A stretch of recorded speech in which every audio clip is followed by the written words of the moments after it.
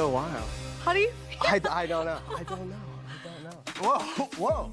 Wow, I was not expecting that. I was not expecting that. It seemed like I was kissing a stranger. It just didn't even look like the person I've been talking to, like, in my mind. I'm very disappointed that Anna left. I really am. And I'm also very sad that despite her leaving, you have Patrick staying behind, knowing for a fact that he said Anna was his person. I don't get it, because I now question, is he staying behind because he wants to be on TV, or does he actually have a connection with Casey? And Blake, good for him for leaving, if you felt that his person wasn't there. Sadly for him, he wasn't, Anna's number one. But I don't know what will happen, because they'll always have a pod squad meetup, and I have a feeling they're going to meet up and have conversations about that. And I don't get it. I really don't understand why Megan W is still there. I really don't. I would have assumed she would have gone home by now, but sadly she's still there. Anyway, hey there, thanks for stopping by. Welcome to my channel. If you're new here, don't forget to subscribe, click the like button, turn on the notification bell for when I upload new videos, and definitely leave a comment. In this episode, I'll be reviewing Love is Blind, Season 9, Episode 3. So, we have Patrick sat alone because Anna hasn't popped up, and then he comes out. I think he has a word with production, and production send him back in. And then later, I assume he came out because he told the guys that, she didn't show up. I don't know what's happened.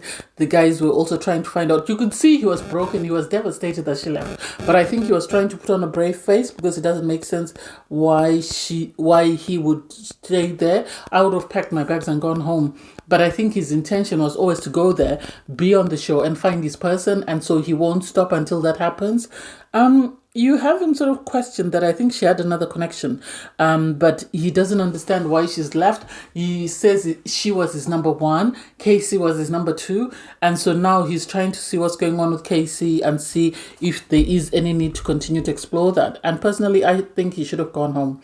That's the point. He should have packed up and gone home. You then have Blake have this conversation with production, and they tell him that Anna's gone home, and so there's no date for him. And he's left pondering, because with Patrick, he doesn't know who Anna's other connection was, but he knows for a fact that she had another connection. You have Megan go on a date with Mike.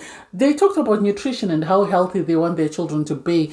I think they know that they're each other's type, as they've said, but they love the fact that there is that financial cushion. And I think that's what they're prioritizing over anything else, because otherwise I don't quite get their connection. Just as I don't get a connection with Jordan, neither do I get her connection with Blake, because you're saying Blake is a number one.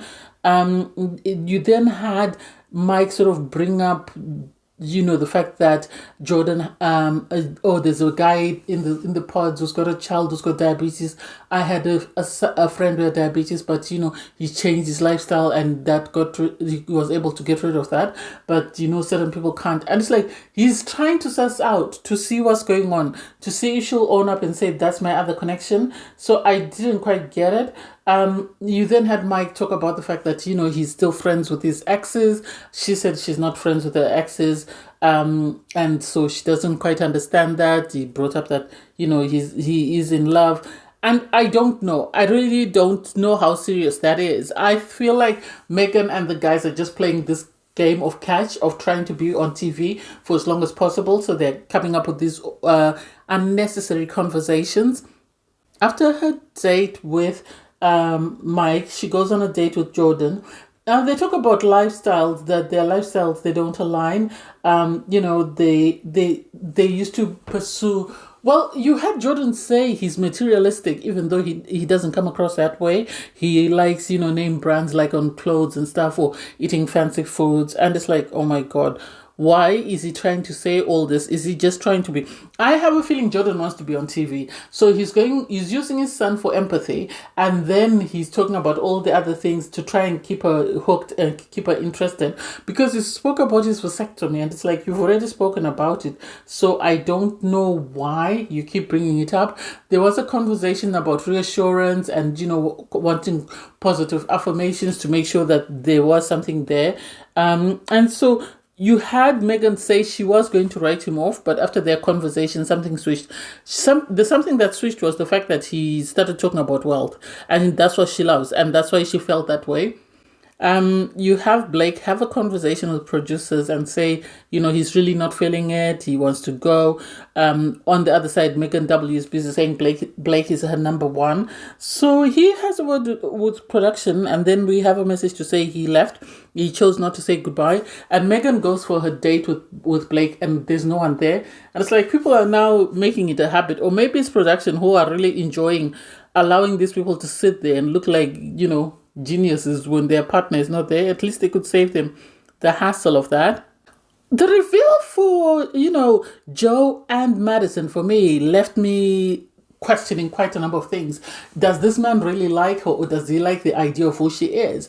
Because he made a comment, something to the effect that he likes her character, so he'll work with whatever she is or the way she looks.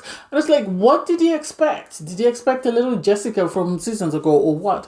I didn't quite understand that. And I was side-eyeing him because he was trying to put on a brave front, but I don't think he was attracted to her.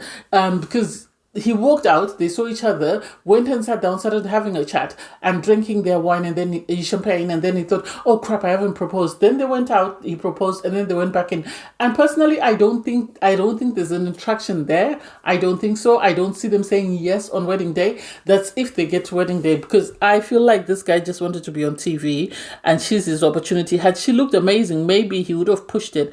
But at the moment, I don't feel like there is the possibility that will happen. You have Annie sort of talking about her dates and the guys that she's saying. She's saying, obviously, Brendan is her number one.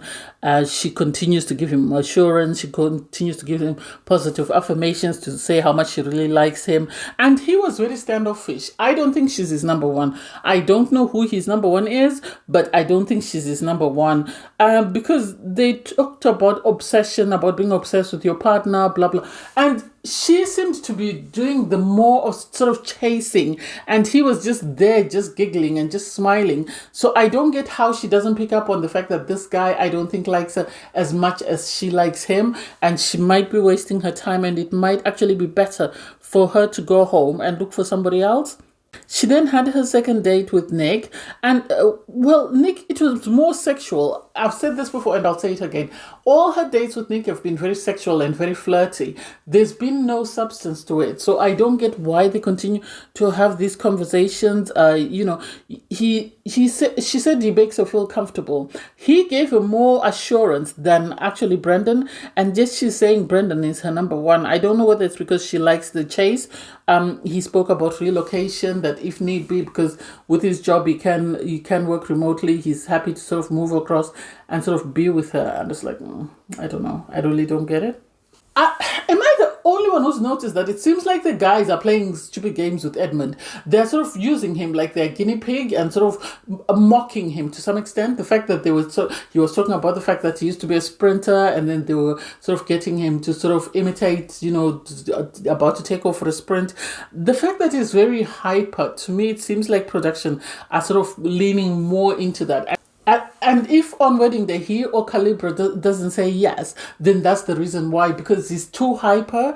And personally, I feel like he should have gone to therapy, or he needed maybe medication just to pacify him just a bit.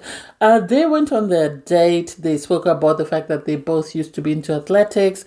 They were very flirty. They spoke about working out, and spoke about roles in challenging situations, because she was saying she's been through a lot of trauma. So he calms her down. He settles her down. So she's hoping that, if they are in their relationship, if anything happens, he will be able to take on the role of being the supporter and not wanting her to support him all the time.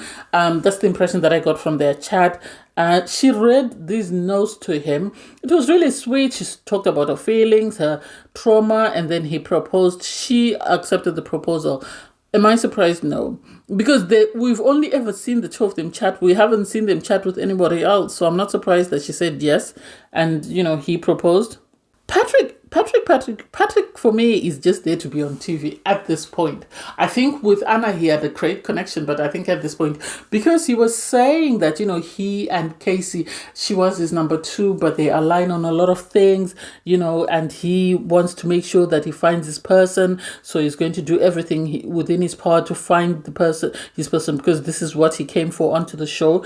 He said he wants, you know, chemistry, someone who's loyal, he wants love and open to different ethnicities, which is what, you know, Casey is. He was asked, what do you have in common with Casey? And he couldn't name one thing. And for me, this shows that he's not there for the right reasons at this point. He's not there for the right reasons.